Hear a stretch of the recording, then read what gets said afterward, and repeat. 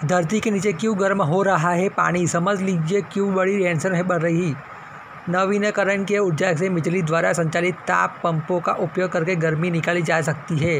पूरे यूरोप में अंतरिक्ष हीटिंग के लिए जियोथर्मल हीट पंप की लोकप्रियता बढ़ी है। आपके पैरों के नीचे दुनिया का सबसे बड़ा जल भंडार है। भूजल सभी उपयोग योग्य मीठे पानी का 97% हिस्सा होता है। यह कहा है चट्टानों के भीतर खाली जगहों में और दरारों में हम इसे तब तक देखते हैं जब तक यह झरनों में, गुफाओं में सतह पर आ जाता है या जब हम इसे उपयोग के लिए पंप करते हैं, जबकि भूजल अक्सर छिपा हुआ होता है। यह दुनिया भर में पारिस्थितिक तंत्र को मजबूत करता है और लोगों के लिए एक महत्वपूर्ण संसाधन होता है।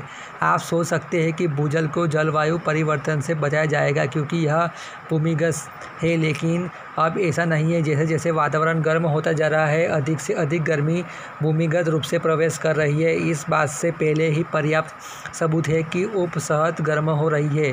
दुनिया भर में बोरहोल में के लिए गए तापमान में गर्मी दिखाई देती है।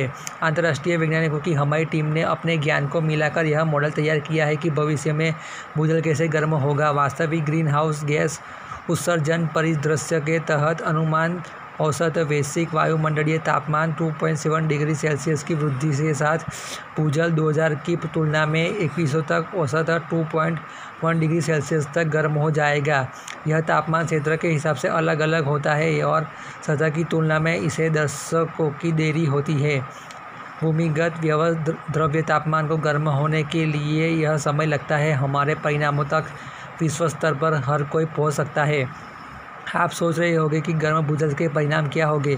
सबसे पहले अच्छी खबर, जमीन की सतह के नीचे गर्मी बढ़ने से समुद्र की तुलना में 25 गुना कम ऊर्जा फंस रही है। लेकिन यह अभी महत्वपूर्ण है, यह ऊष्मा दरियों मीटर गहरी परतों में संग्रहित होती है जिससे हम उस तक पहुँच आसान जाती है। हम इस परिस्थिति गर्मी का उपयोग सतह के कुछ मीटर नीचे अपने घरों का लगातार गर्म करने के लिए कर सकते हैं। नवीकरणीय ऊर्जा से बिजली द्वारा संचालित ताप पंपों का उपयोग करके गर्मी निकाली जा सकती है। इसे यूरोप में अंतरिक्ष हीटिंग के लिए जियोथर्मल हीट पंप की लोकप्रियता बढ़ रही है। दुर्भाग्य से बुरी खबरें अच्छी खबरों से कहीं ज़्यादा हो सकती है। गर्म भूजल भूमिगत पाए जाने वाले समुद्र जीवन समूह के लिए हानिकारक है और कई पौधों और जानवरों के लिए जो अपने अस्तित्व के लिए भूजल पर निर्भर है। तापमान में कोई भी बदलाव उन्हें द्वारा उन परिस्थितियों को बाधित कर सकता है जिससे लिए वो अनुकूलित है। आज हम सबसे अधिक भूजल तापमान में वृद्धि रूस के कुछ हिस्से हुई है जहां 2000 के बाद सतह के तापमान 1.5 डिग्री सेल्सियस से अधिक की वृद्धि हुई है।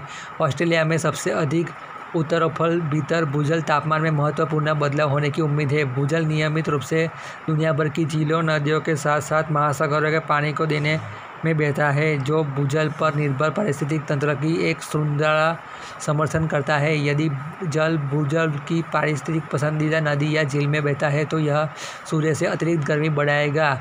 इसका मतलब यह हो सकता है कि मछली और अन्य प्रजातियों को जीवित रहने के लिए बहुत गर्म लगेगा।